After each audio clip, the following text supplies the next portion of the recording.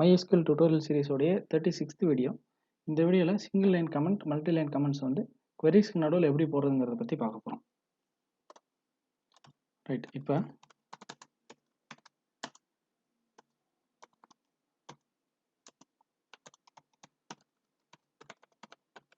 select start from employee addressனு ஒரு query. இது ஒரே லைனில் போடணும். நான் வந்து பர்பஸாக தான் 3 லைனாக பிரித்து போட்டிருக்கேன். ஸோ இது ரன் ஆகுது. இப்போ இந்த queryக்கு நடுவில் நான் ஒரு கமெண்ட் போட்டேன்னா என்ன அர்த்தம்னா, SQL சர்வர் வந்து இந்த queryக்கு நடுவில் இருக்க கமெண்ட்டை மட்டும் இக்னோர் பண்ணிவிட்டு இந்த queryயை வந்து கரெக்டாக ரன் பண்ணணும். சிங்கிள் லைன் கமெண்ட் ஹேஷ் போட்டு, அதாவது இது ஹேஷ் போட்டு அந்த லைன் ஃபுல்லாக கமெண்ட்னு அர்த்தம் MySql சர்வரில். ஸோ ஒவ்வொரு SQL சர்வருக்கும் ஒவ்வொரு டைப் ஆஃப் கமெண்ட் இருக்குது, சிங்கிள் லைன் கமெண்ட். ஸோ queryக்கு நடுவில் நம்ம ஸ்டோர் ப்ரொசீஜரோ இல்லை இந்த மாதிரி எதாவது எழுதும்போது கமெண்ட் தேவைன்னா இந்த மாதிரி எழுதி வச்சுக்கலாம். ஹேஷ் போட்டு அது எதுனா single line comment. For example இது மல்டி லைன் கமெண்ட் வந்து